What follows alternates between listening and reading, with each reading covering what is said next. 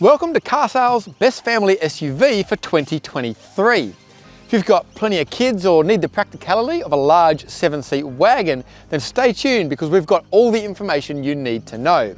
Before we get into it, like the video, subscribe to the Car Sales channel, and give us your thoughts in the comments down below about which car you think's the best.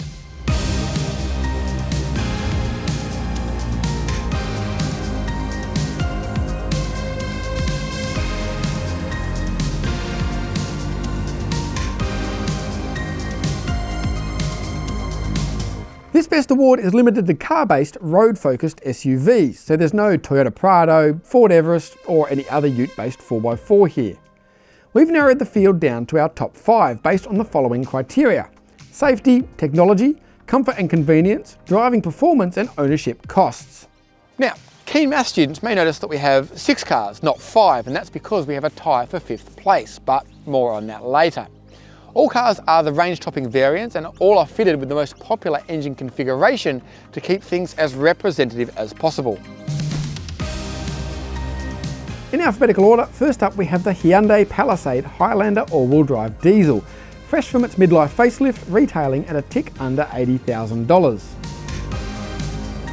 Alongside its slightly smaller sibling, the Santa Fe Highlander with the same powertrain, which is quite a bit cheaper at a little over $65,000.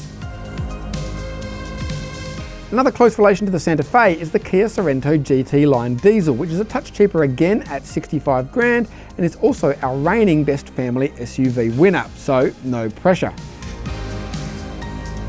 The newest and biggest of our 6 is the V6 petrol Nissan Pathfinder TIL, which has returned to the Australian market, but it's also the most expensive at almost $82,000.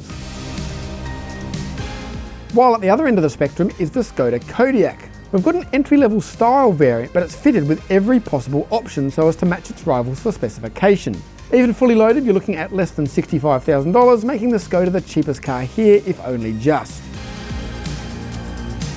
Last but by no means least, we have the updated Toyota Kluger Grande Hybrid, which again sits towards the top of our pricing range at about $80,000. A quick note, however. Obviously, we've taken a holistic view of these cars, but if you have certain priorities, say you need maximum space or are not that worried about fuel consumption, then your personal scores may differ. But don't worry, we're going to go through all the detail, going through each car from front to the back and then from behind the wheel. So let's get started.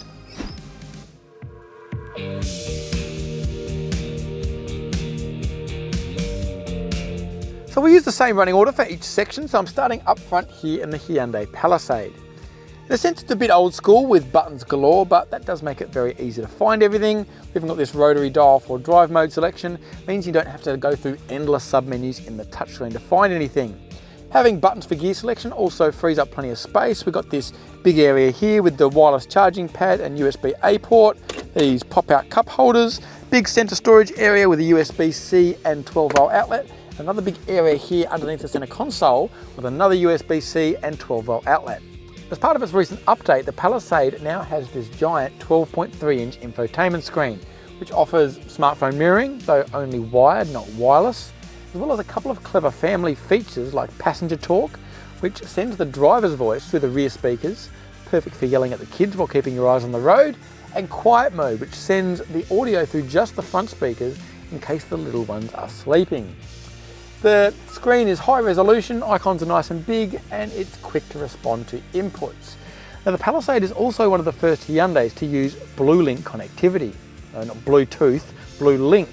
This is Hyundai's app service which allows you to remotely lock or unlock the car, start the heating or cooling, as well as preload navigation instructions, and will even notify emergency services automatically in the event of an accident.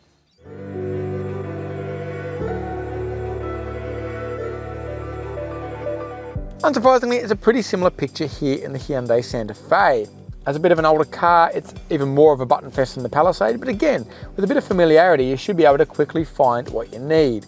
The main difference between the two is basically storage, although the Santa Fe is still pretty good. We've got a little cubby hole here in the dash. Again, a big area underneath the center console, a couple of cup holders, and a word for the clever wireless charging solution. It's vertical, which creates quite a space-efficient place to store your phone. In terms of infotainment, the Santa Fe is very similar to the Palisade. It's got smartphone mirroring, passenger talk, quiet mode, albeit in a slightly smaller screen, but that aside, it's still a very easy unit to operate. Unlike the Palisade though, the Santa Fe does not have BlueLink.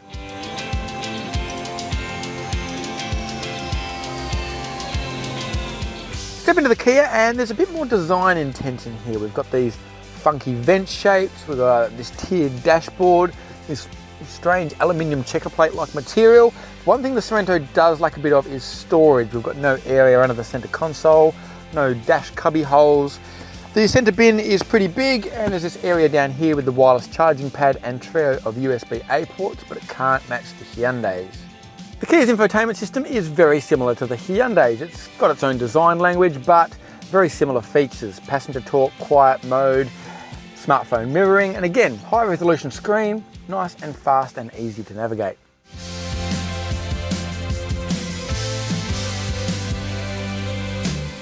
Now we jump into the Pathfinder, which is the newest car here, but you wouldn't really know it. Now there's nothing terribly wrong, it's all laid out quite well and quite easy to use, but this sat-nav, it looks at least a decade old. Now you can just use smartphone mirroring and it works quite well, but the screen's on the smaller side compared to the other cars here.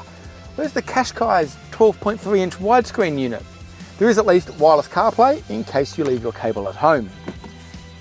There is plenty of storage, primarily thanks to this big area underneath the center console. We've got a little dash cubby here, large center storage bin, there's wireless charging pad, USB-C and A ports, electric steering wheel adjust, and lots of nice padded surfaces as well. One thing that bugs me though is these side air vents. The adjuster is nice and cold to the touch, feels like metal, whereas these central ones are just cheap plastic. Now that's a small thing and it sounds insignificant, but this is an all-new model that's around $90,000 on road, so you'd hope for better attention to detail.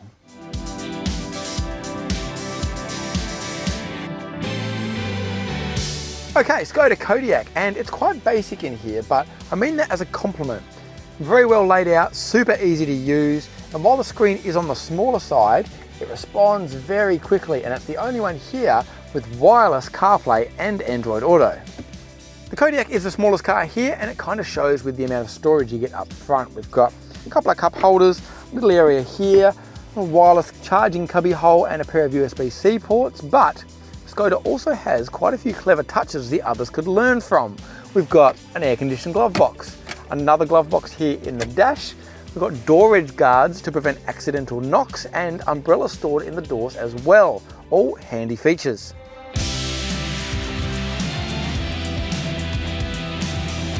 Until very recently, the Toyota Kluger probably would have struggled here, but this is the updated version with this new 12.3-inch widescreen infotainment display, and it's very good. Nice and responsive with wireless Apple CarPlay and wireless charging now too. It's also got Toyota connected services, which, like Hyundai's BlueLink, is app connectivity, which allows you to remotely control various vehicle functions and also will contact emergency services automatically in the event of an accident. There's a few handy storage nooks here in the dash, but nothing under the center console. And this center storage is a bit strange. Instead of the lid opening, the top slides like a sunroof. We've got the wireless charging pad in there, and while it's quite a large area, this arrangement limits how big an object you can put in there. It's not a huge deal breaker, but it is a bit strange. All in all, the Palisade gets the nod in terms of technology, but it's a small margin, as all our contenders are pretty up to date in their offering. Only the Pathfinder is a little off the pace in terms of presentation, if not actual features. Now we get to arguably the most important parts of these cars, the second and third rows. And once again, I'll start in the Palisade. The Palisade can be had with 8 or, like our test car, 7 seats with these pair of captain's chairs in the centre row. It's actually a pretty good solution as it allows easy through access to the third row as well as a pretty fancy experience for those in the middle. Both seats are ISOFIX equipped, they're heated and ventilated, they recline, they slide forward and back. I've got USB-C ports here in the front seats, I've got separate temperature controls, and the floor actually drops here at the second row to create a better seating position. So as mentioned, you can access the third row through the middle here, but it's actually very easy to do so by the sides as well because there's one-touch buttons on the top and sides of the center row. Just give it a click, and look at that, slides forward easily. Now the Palisade is one of the bigger cars here on test, and as such can actually accommodate adults in the third row. You might not want to be back here for too long, but it's certainly very doable. I've got USB-C ports on either side for charging, a couple of cup holders. There's another set of ISOFIX points here on the passenger side, and super important, airbag coverage goes across all 3 rows, which as we'll discover is very much the exception rather than the rule. The Santa Fe is a more traditional 7-seater with 3 across the middle and 2 in the back. It's a half size smaller than the Palisade, but I've still got oodles of space in here. The outboard seats are heated and have ISOFIX points, and I've got a pair of USB-A ports, but no separate temperature controls. The backrest does recline though, and you can move the 60-40 split seat forward and back. Like the Palisade, there's a very handy one-touch button to slide the center row forward, but only on the passenger side in the Santa Fe. Once you get back here, it is a bit squishy. To be honest, it's probably better than I thought. Doable for maybe short trips or certainly for kids. We've got a USB-A and fan controls for the aircon here on the driver's side. Bottle holder and storage area on both sides, but no ISOFIX points here in the back, and the airbags stop in the second row. The Santa Fe and the Sorento are very similar in size, but the Kia is a fraction longer and with a slightly longer wheelbase, and that does make a difference. Again, there's masses of space back here. Very comfy, heated seats, plenty of device charging. We've got a 12-volt outlet and a USB-A in the center console, and another pair of USB-A ports in the back of the front seats. ISOFIX points on the outboard seats, and I really like these cup holders set into the doors as well. It's a nice touch. Like the Hyundai, the Sorento has a one-touch center row release, though on both sides, and once you get back here, you realize the Kia is really intended as a 3-row SUV. We're going to have the center row forward slightly to accommodate adults back here, but with a bit of compromise, everyone should be able to fit. Sorento is also the only car here with ISOFIX points on both rear seats, so you can fit 4 ISOFIX kid seats in this thing. The others have multiple top tethers, Palisade and Sorento 5, the others 3, so you can certainly still fit multiple kid seats using the seatbelt method, but ISOFIX makes life easier. We've got fan controls, USB-A, storage area and a cup holder on both sides. And this thought and attention to detail only makes it more frustrating that the Sorento's airbags don't come all the way back but stop at the second row. Like the Palisade, the Pathfinder can be had in 7 or 8-seater configuration, and our test car has the 2+3. Like the Palisade, it also puts its size to very good use. These center captain's chairs are super comfy, they're heated, they've got ISOFIX, they slide back and forth, they recline. I've got 2 cup holders now in the armrest, as well as separate temperature controls and USB-C and A ports. This is also clever. The center partition can be removed, so you can choose from extra storage, as well as another pair of cup holders. The interior designers at Nissan must be extremely thirsty, or you can just remove it like so, piece of cake, for better access to the third row. Another great one-touch movement for this center row with buttons on the back or the side of these chairs, and they have to move forward a little bit for there to be room for adults here in the third row. We've got a USB-A port here on the driver's side, another ISOFIX point here on the passenger side, and airbag coverage all the way back. Well done, Nissan. In terms of the second row, the Kodiaq has plenty of space. The bench slides and reclines and also splits 40-20-40. There are ISOFIX points on the outboard seats. In terms of features, it's a bit of a mixed bag. We've got heated seats and separate temperature controls and these funky tablet holders, but only the one bottle holder down here and no USB ports, which seems a bit of a strange omission. In the third row is where the Skoda struggles. There's no escaping the fact that it's between 25 and 30 centimetres shorter than the Kluger and the Pathfinder and the Palisade, and all the clever packaging in the world can't make up for that. Even with this center row pretty much all the way forward, it's really pretty squishy in here, and there's no fan controls or USB ports or anything like that. It's really closer to a 5+2 like an X-Trail or an Outlander than a true 7-seater. The Kluger is a big bus, and that pays dividends with a huge amount of second row space. I've got separate temperature controls, pair of USB-C ports, this rear bench slides and it reclines, but it's not heated, and Toyota has discontinued the rear seat entertainment option, so no more movie marathons. Given the size of the Kluger, the third row is pretty compromised. The backrest reclines, but space is very limited. I've got this centre row quite a fair way forward. There are no USB ports or fan controls. I've got a couple of cup holders and some air vents. The one thing to note is that there are no top tethers in this third row of any kind, so forget about fitting kids' seats. The airbag coverage stops at the second row as well. Safety points go to the Pathfinder and Palisade for having 13 and 11 airbags respectively, including that crucial third row coverage. All our contenders have basically all the active safety features you could imagine, though the Hyundais and Kia also have the handy blind spot view cameras.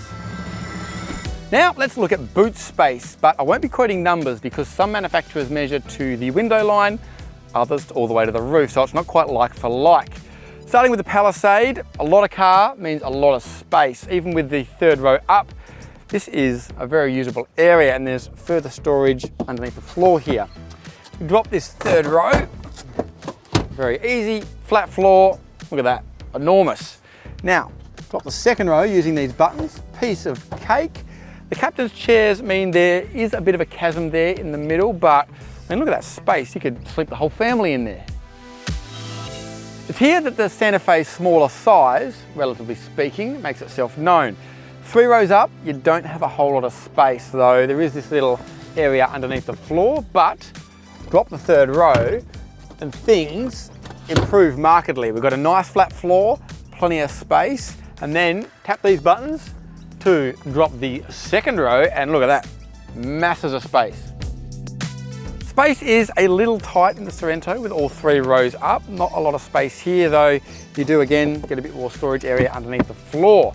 Drop the third row, piece of cake, flat floor, nice big load area. And again, like the Hyundais, 1-touch buttons, drop the second row and look at that.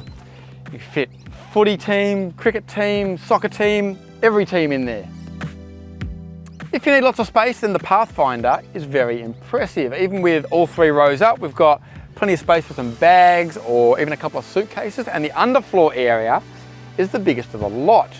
Now dropping the third row takes a moment because you've got to do the headrests and then these couple of toggles, but there you go, one massive space. Now there's no remote folding of the second row, which is pretty annoying, and like the Palisade, the captain's chairs do make the space a little bit awkward, but with them folded, I mean, you can fit half of IKEA in there. The Kodiaq actually offers a pretty decent space with all 3 rows up. Plenty of space for bags or even maybe a couple of suitcases. We've got storage areas here on either side, space saver spare under the floor. Drop these rear seats, and it's not the biggest space we've got here on test, but still a very usable area. Now these levers remotely drop the second row, and while they don't quite fold flat by themselves, give them a push and you've got a pretty massive area, especially given the Kodiaq's external dimensions. The Kluger is very impressive. Even with all 3 rows up, we've got a very reasonable space there and further area under the floor, along with the tools for changing spare wheels. Now if we drop this third row, again, pretty much a flat floor, nice big space, but like the Pathfinder, no way to remotely drop the center row, which is a bit annoying. In fact, it's a 2-handed operation around the side, but if you do so, it really is a pretty cavernous space in there. When it comes to running costs, the Kluger is the clear winner. While the initial price tag is quite high, its servicing costs over the first 5 visits are almost half most of the others. The hybrid drivetrain offers impressive fuel efficiency, and it has the best residuals according to numbers supplied by our friends at Red Book, though Toyota does make you pay for roadside assistance. The Sorento also makes a strong case for itself with its 7-year warranty, frugal diesel engine and strong residuals, but the Pathfinder comes up short. It's the most expensive car here. That V6 likes a drink, and while the first 5 services are about in line with its competitors at just over $2,300, beware the 6th, which is $1,625 all on its own.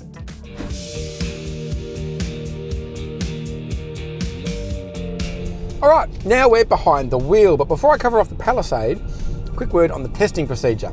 I drove every car on the same loop, which included urban and country and highway roads. Now we're not looking for performance and handling in a sports car sense, rather comfort, stability and ease of use. The Palisade ticks those boxes pretty well. This isn't at all a difficult car to drive, but there are a few areas that could be improved. The ride can be a bit jiggly, the all-drive system can be a bit slow to respond, chirping the front wheels out of junctions, and in true Hyundai style, the lane assist system can be a bit overzealous. When on rough surfaces, the whole car can feel a bit loose, especially through the steering. The diesel is definitely the pick of the two Palisade engines, but is a bit marginal for a car this size. It trucks along okay, but can struggle a bit with the weight, and it also doesn't do much for the fuel economy. The Santa Fe is basically a better Palisade. Being smaller and lighter, the engine feels stronger, it's more frugal, and the whole package just feels a bit better resolved. The ride is perhaps still a touch on the firm side, but the upside of this is that of all the cars here, I think it's the Santa Fe that handles the best. And I don't mean that in a screaming around corners sense, but it's composed and stable and easy to place, even at higher speeds or over rougher roads. It's actually very enjoyable to drive. In turn, the Sorento is like a better Santa Fe. It shares the same engine, so it's still got a good mix of performance and economy. It's got the same stability and balance that makes it quite easy to drive even on very challenging roads or loose surfaces, but it adds a healthy dose of ride comfort into the mix. Kia's local chassis engineering team does great work in general, but this might just be their best. It soaks up bumps, the steering is great. For a big car, it's never ever flustered. It's just so impressive. The Pathfinder feels big, but not overly cumbersome.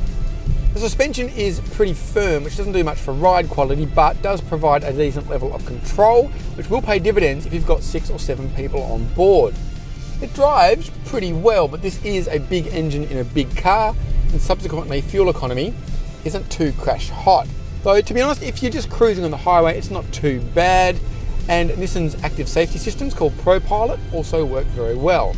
The biggest shortcoming concerns the gearbox. Now, this new Pathfinder has switched from a CVT to a 9-speed auto, and you might think, well, that's a plus, but I'm not so sure it's a forward step. It's just a bit dim-witted, and I'll give you an example.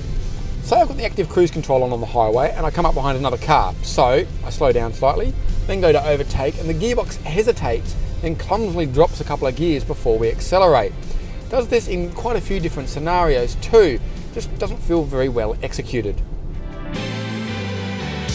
Skoda Kodiaq is very well rounded, very polished. If there is a weak point, it's probably the engine. I mean, it's fine, but this low power 2 litre does feel pretty flat, and you've really got to run the gearbox in sport mode for any sort of meaningful acceleration. Otherwise, it's a bit like the Sorento. Maybe doesn't quite ride as well, but pretty close. And it's a fine balance and very easy to drive, composed, confidence inspiring, and never flustered regardless of road conditions or surface. If you're just trundling around the burbs, then the Toyota Kluger is pretty good. The steering is light and accurate, the ride is generally pretty cushy, and the hybrid drivetrain is absolutely in its element. Venture beyond the city limits though, and a few issues start to appear. At higher speeds or on rougher roads, the soft suspension can struggle for control, which isn't exactly what you want with the family on board. There's a fair bit of road noise on coarse surfaces, and on our unsealed section, the all-wheel drive system quickly overheated. Presumably, on the slippery surface, it kept sending power backwards and forwards until it all got a bit much. And while it's probably not the end of the world, especially if you're just driving around the city, it must be said that every other car on test completed the same journey with no issues. Okay, so now we get to the business end of proceedings, the results. Being a top 5, or in this case a top 6, you could buy any of these and end up with a quality vehicle, but some are good, others are great. I mentioned at the top that we have a tie for 5th place, and that's because the Nissan Pathfinder and Toyota Kluger are 2 very different cars. It's worth mentioning that the Pathfinder can tow the most at 2,700 kilos, and it's the only one you'd realistically consider taking off-road too. The interior is also very well thought out with lots of space. The tech is a bit off the pace, and it's expensive to buy and expensive to run. The Kluger is basically the opposite. If you never really venture beyond the school run, it's worth a look thanks to its urban comfort and excellent running costs. But at 80 grand, it lacks certain features found in its rivals, and the third row feels like a bit of an afterthought. Also, if you're considering a Kluger, save yourself a big chunk of change and get the GXL. Next up, the Skoda Kodiaq, which is basically in 4th because we're so focused on 3 rows of accommodation. It's a really polished performer pretty much across the board, but its smaller size does make its 3rd row a little bit marginal. If you're after a 5-seater with a big boot though, it's definitely worth considering. That makes it an all-Korean podium, and in third place we have the Hyundai Santa Fe Highlander. A position it kind of occupies by default because it's excellent across the board, but unfortunately for it, there's another very similar car here that does everything a little bit better. Hyundai has done a cracking job with the updated Palisade. It's got a benchmark safety offering, plenty of tech, masses of space, and it's pretty good to drive too. In fact, if you need 3 rows up at all times, it might even be the pick. But as it stands, it's got to be content with a silver medal. And that means for the 3rd year running, the Kia Sorento is carsales' best family SUV. And that's because it is a truly outstanding motor car. It is brilliantly thought out, fantastically executed, with a great driving experience, and all for the 2nd lowest price on test. So, if you've got plenty of kids, or you need the practicality of a large 7-seat wagon, then you need to buy a Kia Sorento. Thanks for watching.